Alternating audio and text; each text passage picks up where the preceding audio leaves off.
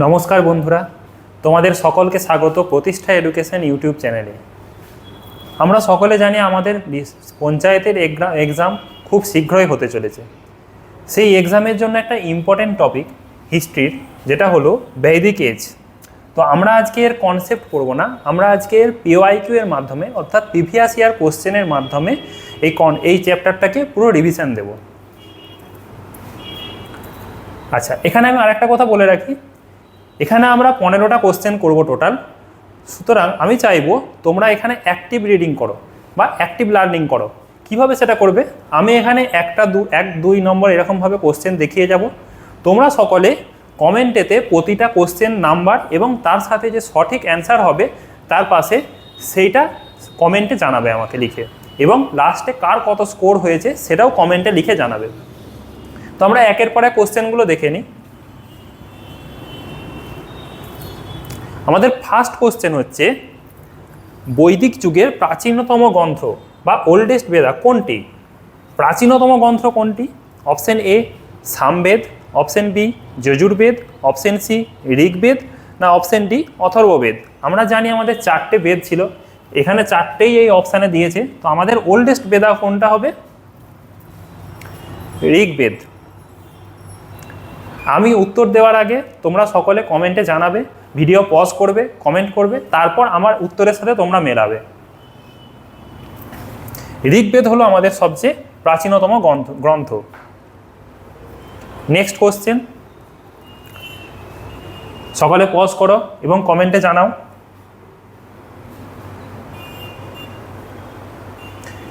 ঋগ্বেদে প্রধানত কি রয়েছে? অপশন এ চিকিৎসার জ্ঞান, অপশন বি স্তোত্র বা স্তব বা হাইমস যেটাকে বলা হয়, অপশন সি আইন বা লস, আর অপশন ডি দর্শন বা ফিলোসফি। তো ঋগ্বেদেতে কি রয়েছে? আমরা সকলে জানি ঋগ্বেদেতে হাইমস রয়েছে বা স্তোত্র, এবং কটা স্তোত্র রয়েছে এটাও কমেন্টে জানাও। স্তোত্র কটা রয়েছে এই সংখ্যাটা খুব ইম্পর্টেন্ট, পরীক্ষাতে অবশ্যই আসে। 1028টা, টোটাল 1028টা স্তোত্র রয়েছে এই ঋগ্বেদে। 3 নম্বর কোশ্চেন কি আছে? বৈদিক যুগে সমাজের প্রধান ভিত্তি কি ছিল? সবচেয়ে বেসিক লেভেল, সোসাইটির সবচেয়ে বেসিক লেভেলের যে সিস্টেমটা ছিল সেটা কি ছিল এই বৈদিক যুগে? এতে আছে রাষ্ট্র, বিতে পরিবার, সিতে গ্রাম, আর ডিতে জনপদ। এটা যদি আমরা পড়ে নাও থাকি তাহলেও আমরা করতে পারবো। কিভাবে? দেখো, রাষ্ট্র হচ্ছে সমাজের সবচেয়ে উঁচু স্তরে থাকে রাষ্ট্র। জনপদ, আমরা এখনো তো বৈদিক যুগেতে আমরা জনপদ সৃষ্টি হয়নি।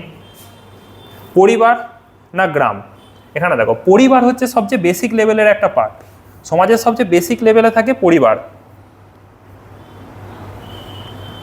বেসিক ইউনিট হচ্ছে ফ্যামিলি বা পরিবার। এটা হবে সঠিক অ্যান্সার।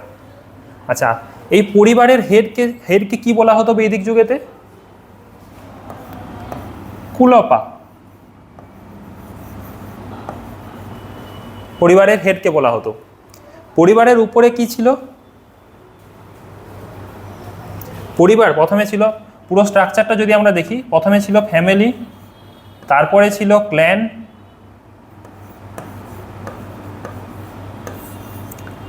তারপরে ছিল প্রথমে ফ্যামিলি ছিল, তারপরে ভিলেজ ছিল,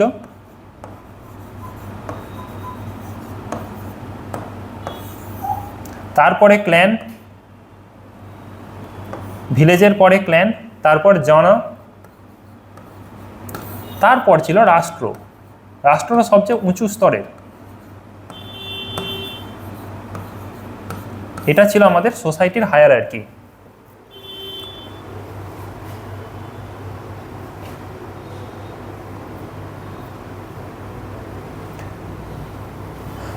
চার নম্বর কোশ্চেন, বৈদিক যুগে সভা এবং সমিতি কি ছিল? সভা এবং সমিতি এই দুটো কি ছিল বৈদিক যুগে? এতে আছে ধর্মীয় প্রতিষ্ঠান, বিতে আছে রাজনৈতিক প্রতিষ্ঠান, সিতে শিক্ষা কেন্দ্র, ডিতে বাণিজ্য কেন্দ্র। তো এগুলো কী ছিল সভা এবং সমিতি? সঠিক উত্তর হবে বি, রাজনৈতিক কেন্দ্র বা পলিটিক্যাল ইনস্টিটিউশন। এই যে সমিতির যে যারা থাকতো, সমিতিতে সকলে অংশগ্রহণ করতে পারতো, এরাই রাজন বা রাজাকে ডিসাইড করতো, কে রাজা হবে তাদের এরা ডিসাইড করতো। আর সভার মধ্যে কারা থাকতো? লার্নেড পারসন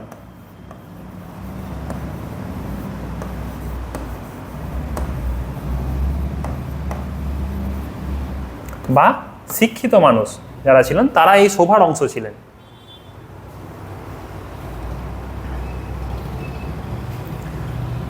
আচ্ছা, তোমরা যারা এই পঞ্চায়েত এক্সামের জন্য কমপ্লিট প্রিপারেশান নিতে চাও নোটসের মাধ্যমে, তারা আমাদের এই স্ক্রিনে দেওয়া এই নাম্বারে যোগাযোগ করো। এই নাম্বার, এইখানে তোমরা কি পাবে? অঙ্ক, বাংলা, জিকে এবং ইংলিশের কমপ্লিট নোটস পিডিএফ, এবং তা শুধু তাই নয়, তার সাথে তোমরা পাবে পুরোপুরি পরীক্ষারমুখী মক টেস্ট, যেখানে তোমরা নিজেদের উইক পয়েন্টগুলোকে অ্যানালিসিস করতে পারবে এবং সেটাকে রিভিশন করতে পারবে। আর এই সব কিছু পাবে মাত্র 350 টাকায়। তো এই সব কিছু অ্যাভেলেবেল করতে স্ক্রিনে দেওয়া যে এই নাম্বারটাতে এখনই যোগাযোগ করো।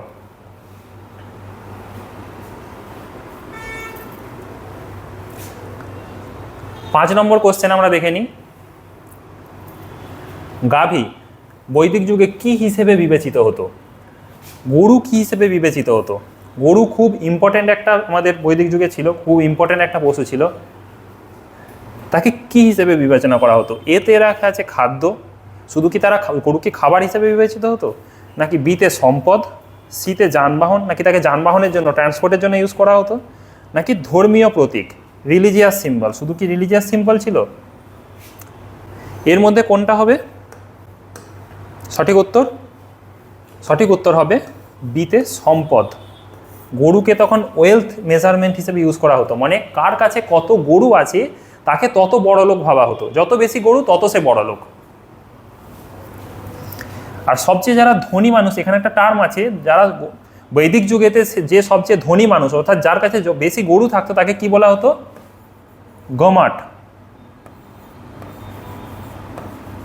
গমাটকে সবচেয়ে ধনী মানুষকে বলা হতো গমাট। আর এই গরু নিয়ে যে একটা ঝগড়া হতো, দুটো মানুষের মধ্যে যদি গরু নিয়ে ঝগড়া হতো, বা দুটো ক্ল্যানের মধ্যে গরু নিয়ে যে ঝগড়া হতো, তাকে কি বলা হতো? গাভী স্ত্রী।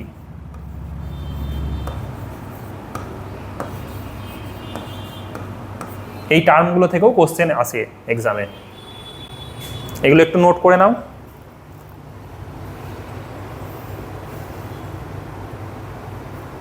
ছ নম্বর কোশ্চেন আমরা দেখি, বৈদিক যুগে প্রধান দেবতা কে ছিলেন?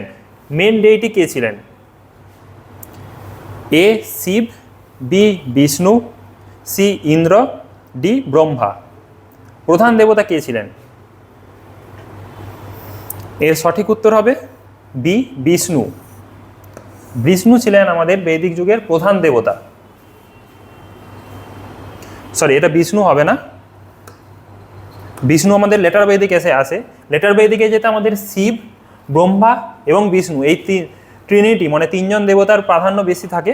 কিন্তু আমাদের আর্লিক বৈদিকে যে বৈদিক ঐতিহ্যে যদি প্রধান দেবতা কে বলেন, তাহলে এটার অপশান হবে অপশান সি, অ্যান্সার ইন্দ্র। এই জন্য ইন্দ্রকে সবচেয়ে বেশিবার আমাদের পুরাণেতে বা আমাদের ঋগ্বেদে বলা আছে, নাম করা আছে। ইন্দ্রকে আরেকটা নামে ডাকা হয়, যেটা থেকেও কোশ্চেন আসে পরীক্ষাতে, পুরন্দর। ইন্দ্ররই আরেকটা নাম হচ্ছে পুরন্দর।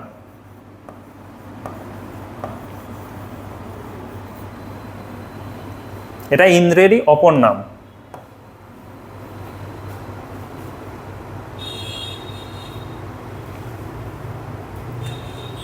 আর্য প্রথমে কোথায় বসতি স্থাপন করেছিল? আমরা জানি আরিয়ান বা আর্যরা যে এসেছিলেন মধ্য এশিয়া থেকে।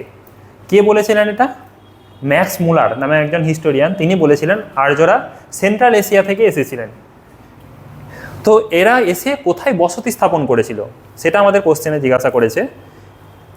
এর অ্যান্সার দেওয়া আছে, এর অপশন দেওয়া আছে, এ গঙ্গা উপত্যকা, বি সিন্ধু অঞ্চল, সি হচ্ছে পাঞ্জাব অঞ্চল, না ডি হচ্ছে দক্ষিণ ভারত। এর সঠিক উত্তর কি হবে? আমরা সকলে জানি পাঞ্জাবের কাছে এসে এরা বসবাস স্থাপন করেছিল। এর সঠিক উত্তর হবে সি, পাঞ্জাব রিজিয়ন।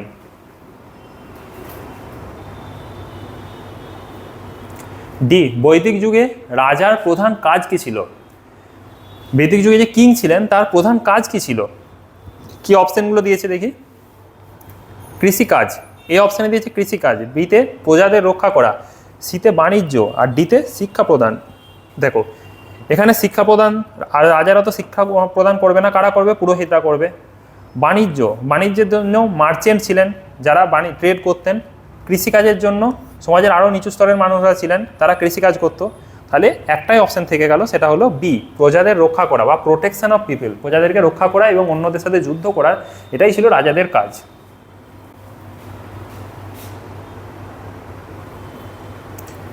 9 নম্বর কোশ্চেন, বৈদিক যুগে সমাজ বিভাজন বা সোশ্যাল ডিভিশন কি নামে পরিচিত ছিল? এতে জাতি ব্যবস্থা বা কাস্ট সিস্টেম, বিতে বর্ণ ব্যবস্থা বা বর্ণ সিস্টেম, সিতে শ্রেণী ব্যবস্থা বা ক্লাস সিস্টেম, ডিতে গোত্র ব্যবস্থা বা ক্ল্যান সিস্টেম। কি হবে এর সঠিক অ্যান্সার? প্রত্যেকে কমেন্ট করো, ভিডিও পজ করো এবং সঠিক উত্তর কমেন্টে জানাও। বৈদিক যুগে সমাজের বিভাজন, আমরা জানি সমাজটা এখানে 4টে বর্ণে বিভাজিত ছিল।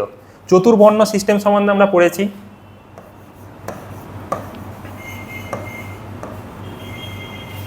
কি কি সেই 4টে বর্ণ ছিল? ব্রাহ্মণ,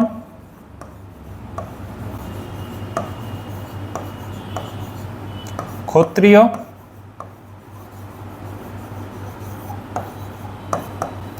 বৈশ্য,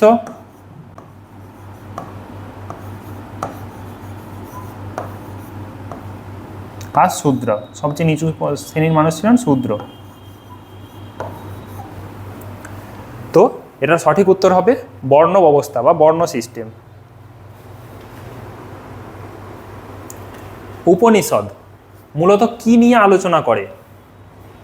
আমরা বেদ, উপনিষদ, বেদিক লিটারেচার এইসবের মধ্যে পড়ে। বেদ, উপনিষদ, ব্রাহ্মণা, অরণ্যক, এইসবের মধ্যে উপনিষদদের মধ্যে কি আছে সেটা জানতে চেয়েছে এখানে। কি নিয়ে উপনিষদ আলোচনা করেন? যুদ্ধ নিয়ে, নাকি দর্শন ও জ্ঞান নিয়ে, নাকি কৃষিকাজ নিয়ে, নাকি বাণিজ্য নিয়ে? তো উপনিষদ যে জন্য বিখ্যাত সেটা হলো ফিলোসফি বা দর্শন নিয়ে, দর্শন ও জ্ঞান নিয়ে। সঠিক উত্তর হবে বি। বৈদিক যুগে প্রধান জীবিকা বা মেন অকুপেশন কি ছিল? এখানকার মানুষদের মেন অকুপেশন কি ছিল তখন? শিল্প, আমরা জানি শিল্প তো পরে এসেছে অনেক, শিল্প এখানে হবে না। খনন, মাইনিং, মাইনিংও ছিল না। বাণিজ্য, ট্রেড ছিল, কিন্তু শুধুমাত্র ট্রেড ছিল না, তার থেকেও বড় ইম্পর্টেন্ট ছিল কৃষিকাজ ও পশুপালন। সুতরাং অপশন বি হবে এখানে রাইট অ্যান্সার।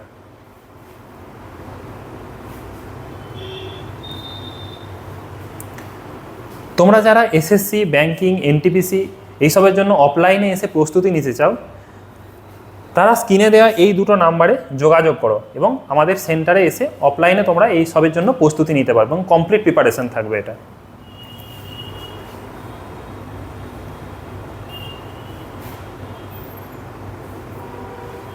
বারো নম্বর কোশ্চেনে কি বলেছে? অশ্বমেধ যজ্ঞ কার দ্বারা করা হতো?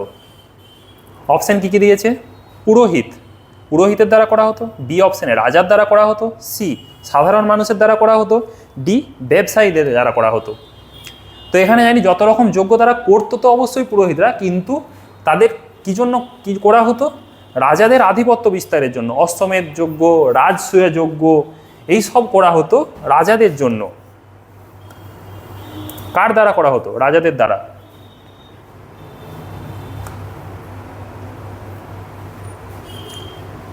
তেরো নম্বর কোশ্চেন, বৈদিক যুগে গুরু শিষ্য প্রথা কোথায় ছিল?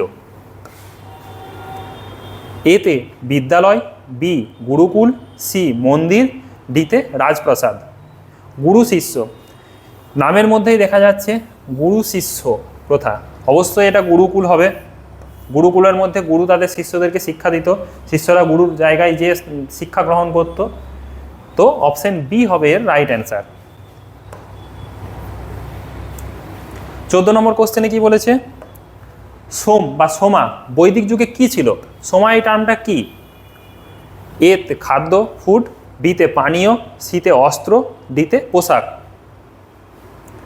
তো সোমা আর একটা হচ্ছে সুরা। এই দুটো টার্ম কি, কাকে কোনটাকে বলা হতো বৈদিক যুগেতে? পানীয়। তখনকার দিনের মানুষ এই দুটো ড্রিঙ্ক পানীয় গ্রহণ করত। তো অপশন বি হবে রাইট অ্যান্সার। সোমা এবং সুরা দুটোই ড্রিঙ্ক ছিল। লাস্ট কোশ্চেন 15 নম্বরে কি বলেছে? বৈদিক যুগের শেষ পর্যায়ে বা লেটার বৈদিক পিরিয়ডে কোন ধাতুর ব্যবহার শুরু হয়? আমরা জানি আমাদের হিস্ট্রিতে প্রথমে স্টোন, তারপরে ব্রোঞ্জ, কপার, তারপরে ব্রোঞ্জ, তারপরে আমাদের ধাতু লোহা সম্বন্ধে জানতে পারি। তো এই লেটার বৈদিকে যেতে কি এমন একটা ইম্পর্টেন্ট ধাতু সম্বন্ধে আমরা জানতে পারি, সেটা হলো কি? সোনা নাকি তামা না লোহা না রূপা? এর সঠিক অ্যান্সার হবে অবশ্যই লোহা। আয়রন এজ শুরু হয়েছিল এই লেটার বৈদিক এজে। তাই জন্য তারা কৃষিকাজেতে এতটা উন্নতি হয়েছিল এবং তারা আস্তে আস্তে গ্যাংগেটিক ভ্যালির দিকে আস্তে আস্তে সরে আসে এবং ডিফরেস্টেশন শুরু করে। তো সঠিক উত্তর 15 হবে সি।